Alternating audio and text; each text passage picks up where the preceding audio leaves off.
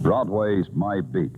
From Times Square to Columbus Circle, the gaudiest, the most violent, the lonesomest mile in the world.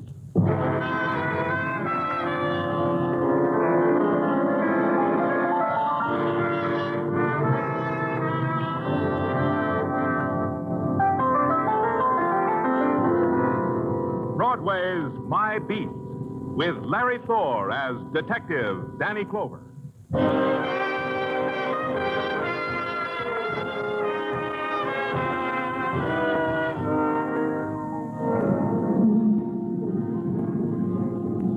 Broadway. It's a journey to the end of all the streets in the world. You turn a corner and you're there. You walk more slowly and lean your heart against it like you were in church until it explodes in your face. Then you move swiftly and you're one of the crowd window shopping for kicks and bargains and heartbreak. And you'll find it because it's Broadway, my beat. The side streets are furious when they funnel off of Broadway. Then they trail down into limbo. Midway between the Fury and Limbo is a gray stone building. That's police headquarters. That's where I was standing, in front of it, watching the patches of night sky bleed into each other. That was my detail. I was waiting for someone.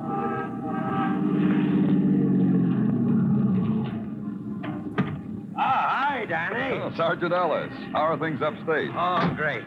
You know Officer Quinn, don't you? He drove Tommy and me down. Sure. How are you, Quinn? Fine, Lieutenant. Why don't you pull up in the parking area over there? We'll meet you in the squadron for coffee a little later. Sure thing. Why don't somebody ask me how I am? I served half my sentence. That makes me a semi-approved citizen, don't it? You look okay to me, Tommy. Haven't changed since you were 16. Danny, I've known you a long time. You lie. Sing Sing doesn't agree with you. At Sing Sing, you inhale and exhale. It's the only way you know you're living. So, I make a deal. What kind of a deal, Tommy? Oh, no. I'm saving it for the DA. After we talk, the DA and me, I got a feeling the state's going to forget all about my manslaughter rap and let me out of Sing Sing for good. Uh-huh. And to you, too. Look, kid, when I finish spilling, some of the choicest names in the choicest circles are going to be doing things they never thought they could do before. Like getting sentenced, like breaking rocks, like making license plates for automobiles, like making... Stash it, Tommy. Here, Lieutenant, I'll take off these cuffs between Tommy and me. There you are, Danny. Tommy's your prisoner. Danny, that car! Tommy, don't be a fool. Come back here. Let's get him, Ellis. Ellis. Danny! Ellis. Oh, no. I just got through parking the car and I heard...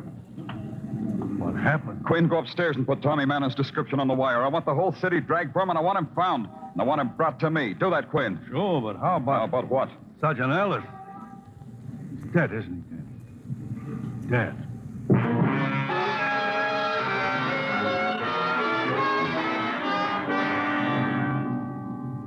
Death and violence are easy commodities in the city. Easy to buy and easy to sell. A decent man named Gordon Ellis got his free for nothing. The sudden mob that gathered round his shrunken body got theirs at bargain prices, too. Headlines on the house, criminal escapes, cop murdered. And the sick taste was in my mouth.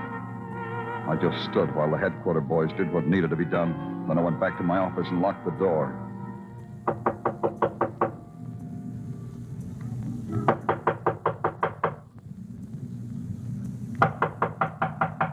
And waited until the sickness was gone. Danny! Danny! Yeah. What do you want? Oh, just to talk to you. Can't I talk to you, Danny? Yeah, come on in, sir. It was messy what happened out there, Danny. You selling something, Tartaglia? Don't talk to me that way, Danny. From you, it hurts. So it hurts when I bleed for you. Danny, that's not your mouth that says things like that. Yeah, I'm sorry. Apologies are also not necessary. What happened could have happened to anyone, not just you. I was clumsy, and a man's life dropped into my hands. Tartaglia, get me the file on Tommy Mannon, everything, even the dust it's wrapped in. Okay, Danny, okay, in a minute. You know, the way I figure it, this deal that Tommy Mannon wanted to make with the DA Well, maybe it was kosher and maybe it was crummy. Maybe this whole thing... You're still here, Tartaglia. Danny, darling, I've brought you your posy. You can't face the world without a posy. Bend down so I can pin it on you. Janie, how many times I have to tell you it ain't dignified you should sell flowers in police headquarters? And without a license? You're only a Sergeant Tartaglia. You will address me as Madam. Oh, stop squirming, Danny. All right, Janie. Tell me, doll, are you still running competition with the post office? Keep your nose to the smelling of flowers, Danny. It's healthier. The boys on the Lamb, do they still send messages to their loved ones through old Janie, the subway Lily? Like Tommy Mannon, maybe? Danny, darling, I'd rather be called Lily than be planted with one. So I'm not saying one way or the other. Yeah. Pay the lady for the posy, Tartaglia. Outside of headquarters and across the rooftops and down in the roaring avenues, the city had already grown restless for the nighttime. It was a time of big noise and prowling and secret laughter. And somewhere inside of it, and part of it, Tommy Mannon, hoodlum. Tommy Mannon, hoodlum. And I was living this piece of my life just for him. So I was prowling, too. And there was a place to go, a white marble house that overlooked the East River. It was on the other side of a world. A precise pattern of house lights strung like tinsel against the dark. The precise butler who opened the door and tilted his finger at the precise angle toward the waiting room. The decor of opulence that makes its own particular breed. And the precise amount of time that went by before the greeting from mine host. Danny Clover. How nice. Won't you join us? We're in the library.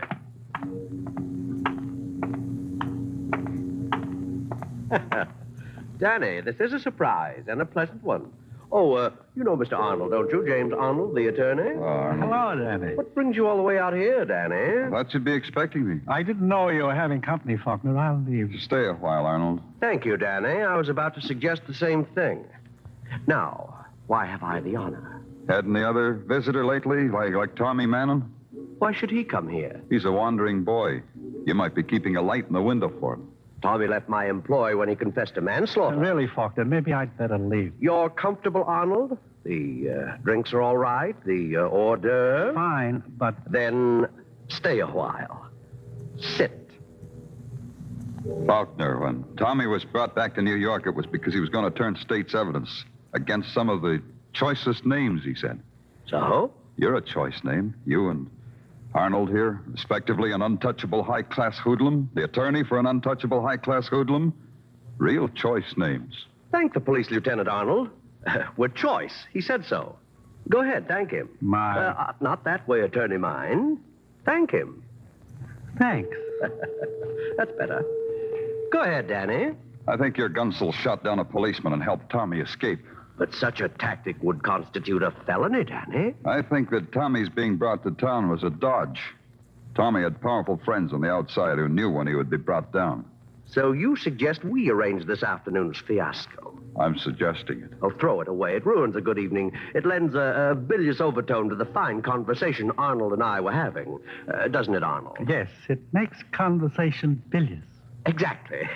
I was explaining to Arnold the 7-move mate that won Konstantinov, the chess championship in 32. Things like that devastate me. Don't they you, Danny? You leave men like Faulkner and his toady, and you have a feeling you've been playing mumble peg with scalpels. Then you take a long walk into a dismal and frayed edge of the city, and it's a walk back into memory. The street where you were born is the same. The kids' games are the same. The cruel words on their mouths are not changed. The fly-specked electric bulbs that hang in peeling hallways are still there.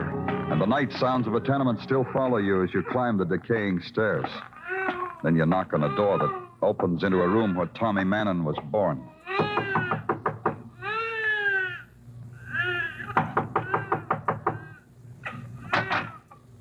It's late. What do you want? Mrs. Mannon? I might be. You're peddling something, it's late, and you come to the wrong place. Wait, I just want to talk to you. Don't you remember me, Mrs. Mannon? I stopped remembering a long time ago. I'm Danny Clover. So you are. Face is cleaner than when I saw you last. How old were you, Danny? 10? It won't take long. Could we step inside? We can talk here. Inside would be better, Mrs. Manning. All right. Go on in.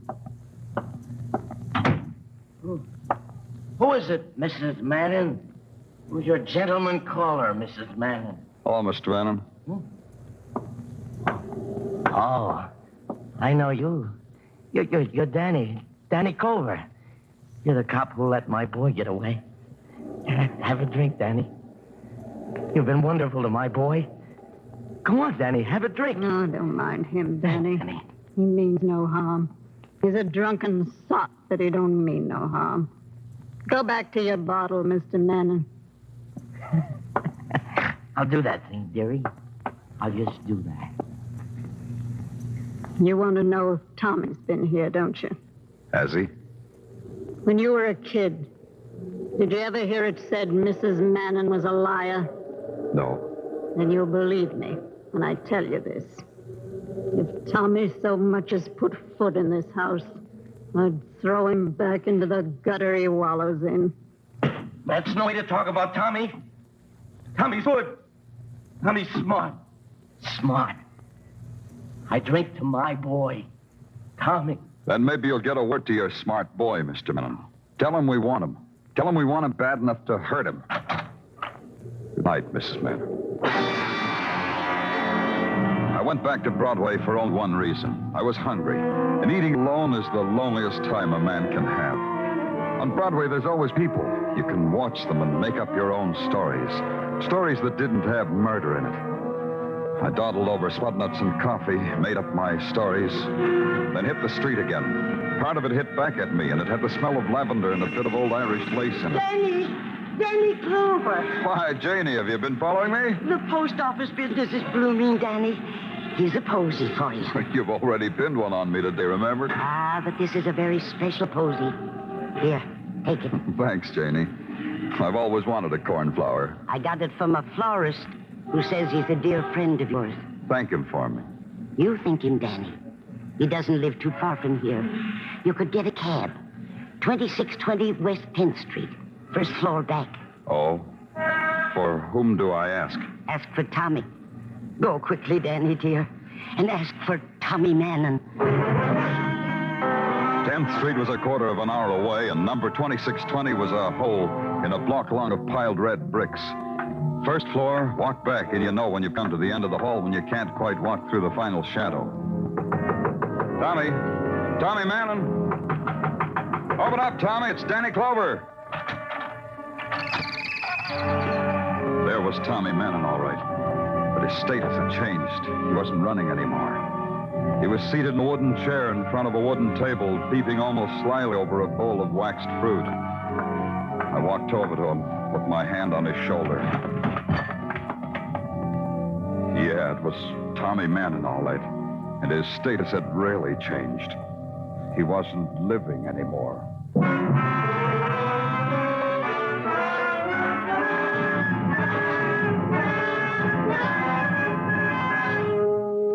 You're listening to Broadway's My Beat, starring Larry Thor as Detective Danny Clover.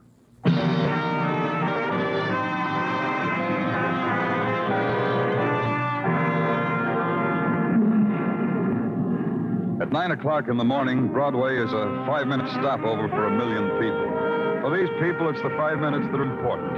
It gives them time to adjust themselves to the world. It's assuring.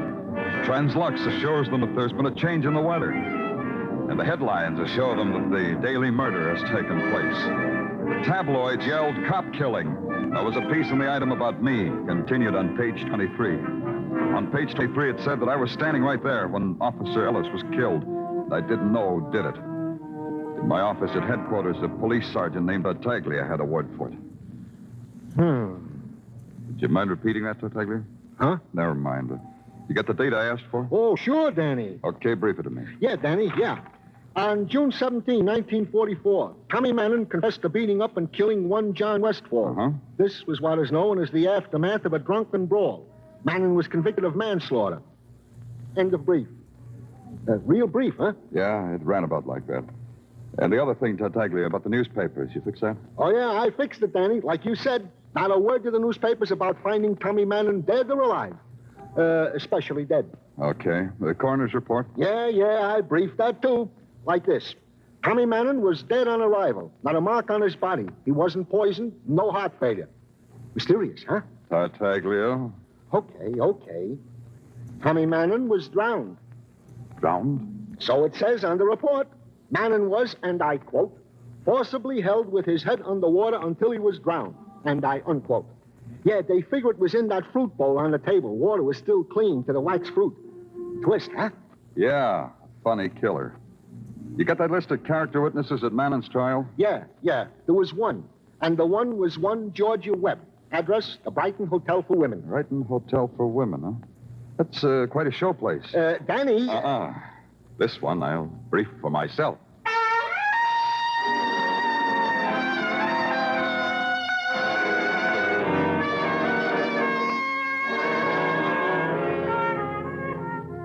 The Brighton Hotel for Women stands at the edge of the park.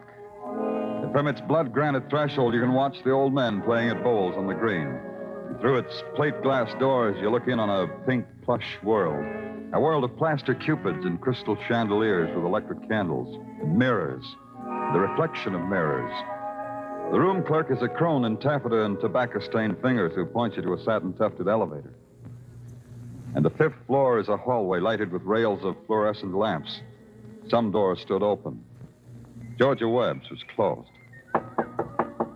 Come in, whatever you are. Georgia Webb? Mm-hmm. Whatever you are, it's nice from here. Today, they're good to me. Who? God, whispers, whatever it is that brought you to me. Come in, sit down, pour yourself a drink. And maybe you don't drink. I'm Danny Clover. You didn't have to tell me that. What's in a name, as they say? I'm Danny Clover, Broadway Special Detail. Oh? Off duty? No, Georgia. I take it all back. Everything I've said, I take it all back. I've been catching up on my reading. Only today I read where you were once Tommy Manning's girl. Tommy Manning? Yeah, a punk who ran away. I thought maybe you ran here so he'd refresh your memory, so you'd remember his name. Tommy Manning. If I knew him, it didn't make an impression. You know, there are men like that. You testified at his trial. You gave your name, your address, and your testimony in a loud, clear voice. Clear enough and loud enough for me to hear 5 years later. It's true. Your ears are cute. Maybe you left something out 5 years ago, Georgia. Something you'd like to tell me now. About Manning? Was it Tommy Manning? Tommy Manning. Why didn't you ask him when you find him? I found him. That's why I'm asking you. Because Tommy was dead. Oh? How'd he die? Natural causes, or did you shoot him because you're a policeman and you can kill people? Someone pushed his head in a bowl of water, and Tommy Manning was drowned. That's how he died. Oh? We don't like the way he died, because it could happen to other people. Like you, maybe. Couldn't it? So maybe now you'll remember some things that Tommy didn't get to tell us. Drowned. There are better ways of dying. You know, it's convincing how you talk. Tommy was a jerk who made deals. Everything was a deal. Even the manslaughter rap. Explain it to me. Tommy didn't kill that man. He was in Baltimore when it happened. But he confessed to it. For $20,000, he confessed to it. He gave 5 years of his life for $20,000. Tommy, the deal maker. The poor crumb. Why doesn't somebody answer that phone? They will. Let's go over it again, Georgia. You're saying a man was killed, that it was all a frame. Who made the deal with Tommy? For you, dearie. All right. I'll be a minute, Danny. Okay. It's Georgia. Yeah. Wait a... All right. All right, yeah. You can go now, policeman. Your time's up. What? Get out. Everything I told you was a lie. All the talk I made, it was no good. That phone call have anything to do with it? Yes. You ask me, and I tell you yes. They told you not to talk anymore. Who told you that? A man who likes it when people are dead. Now you understand why I've got nothing to say to you. You understand nothing you can do or think of can make me talk to you. Yeah. That's how it is, Danny boy.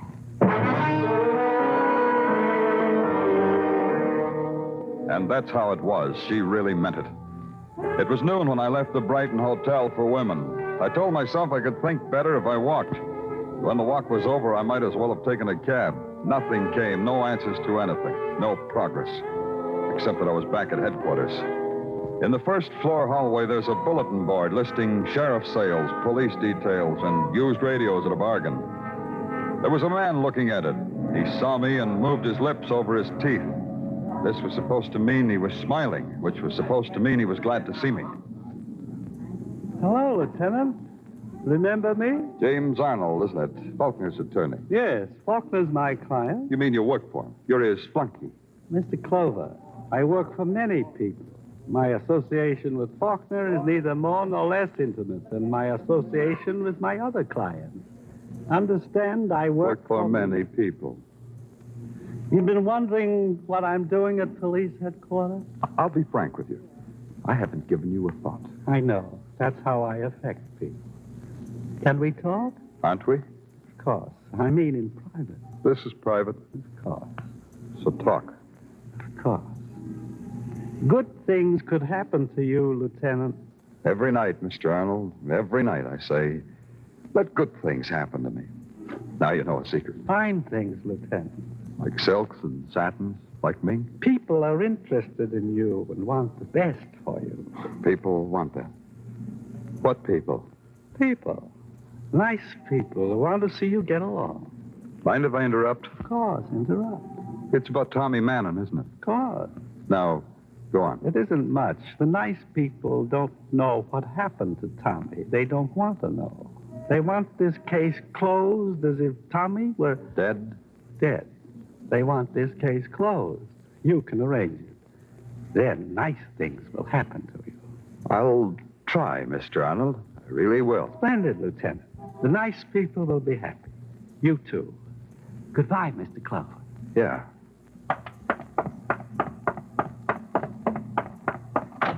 Tartaglia.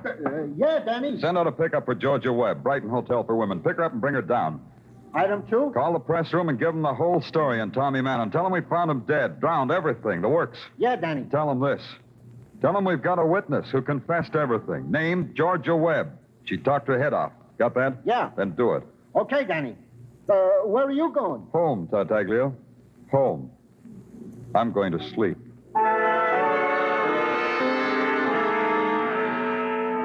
When I got home, the landlady had left 2 things for me. A bowl of matzo ball soup and a manila envelope. They both looked inviting, so I tried the envelope first. $5,000. The nice thing that Arnold had promised would happen to me came so fast to such a nice round sum. What more could a man want out of life? $5,000 in a dish of matzo balls. I ate the soup, kissed the landlady, put the $5,000 in an envelope addressed to the DA, pulled a chair over to the window and sat there, watching the city burst into fragments of electric flame. I must have sat there a long time, because when I awoke, the night had a new shadow. The shadow of a man named Faulkner. I brought you the morning paper, Danny. They got your name all over it, splashed in red ink. Oh, I knew I'd make it someday. Thanks, Faulkner. Here's a nickel for your trouble. Red ink could be blood in the later editions, Danny. Oh, rotten place to sleep. In a chair. Like some coffee? You can think better if you have coffee. And light. They tell me you're a man of virtue, Clover. Gratitude's a virtue. So whoever told me lied. It hurts you whenever people lie to you? It hurts me when a man of virtue's ungrateful. You shouldn't have booked Georgia Webb. You shouldn't have made her talk. You shouldn't have taken my $5,000. I've been naughty, haven't I? I have one question for you, Detective Mine. One little question. Your gun gives me 3 chances. I'll guess in 1. You want to know what Georgia told me? Possibly. Possibly it doesn't matter. But tell me anyway. You're bluffing, Faulkner. Your act is precious. Is that the word? But you're bluffing. You're scared to death. So? Tell me why. Explicitly. Because your life depends on Georgia. Only I've got her tucked away where you can't touch her. Explicit, huh? Put away the artillery, Faulkner. It could be deemed ungracious for guests. Come in. Hello, Danny. Oh, you already have a visitor. It's your counselor, Faulkner. Happy day. Come in, Arnold. But now I don't have to come in. You already know what I came to tell you. Tell me anyway. Why, only that Faulkner is your man. The man who killed the policeman. The man who killed Tommy Mannon. Are you insane, Arnold? Watch him, Danny. He's dangerous. Are you double-crossed? I told you he was dangerous, Danny. He would have killed us both. Yeah, you shot him good the first time, Arnold. Why did you waste another bullet? Come on, let's take a walk to headquarters. Is it necessary? Yeah, it's necessary. I want to straighten out the records. Please, no joke. Okay, no jokes. I'll be real sincere. Tommy Mannon took your rap, Arnold. You were the one who committed the manslaughter. Faulkner supplied a pigeon for you. Pigeon, one of his hoodlums, Tommy Mannon. May I smoke? Sure. Faulkner had to supply a pigeon because you knew all about Faulkner's operations. He was supposed to pay Tommy $20,000 for taking the rap. Faulkner's lying on the floor over there. He's dead.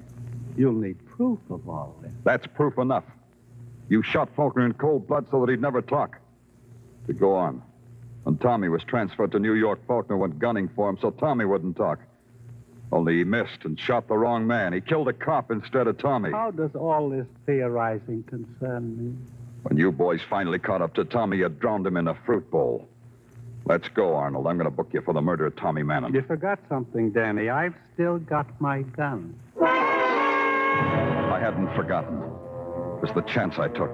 Arnold had already used 2 shots on Faulkner. I had to get him to throw away the other 4. All the while I'd been talking to him, I'd been edging toward the light switch.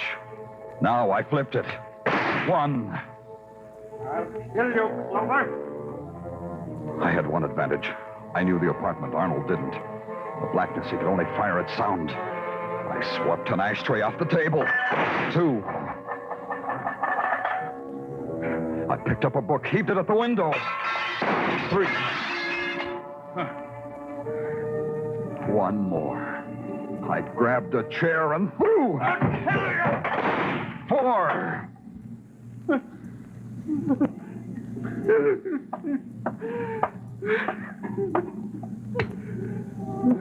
Okay, Arnold. Like I said, let's get you booked for murder.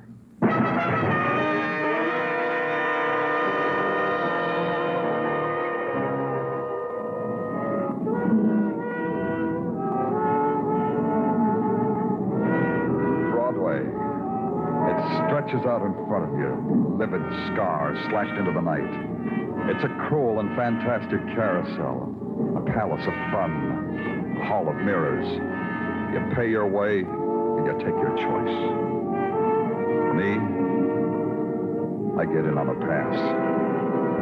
I'm the gaudiest, the most violent, the lonesomest mile in the world. Broadway, my beat.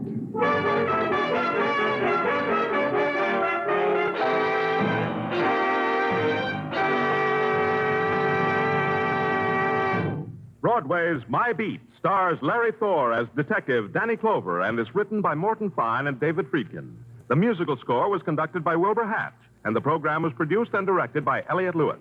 The cast tonight included Jane Morgan, Peggy Weber, Doris Singleton, Charles Calvert, Joe Kearns, Herb Butterfield, and Sidney Miller.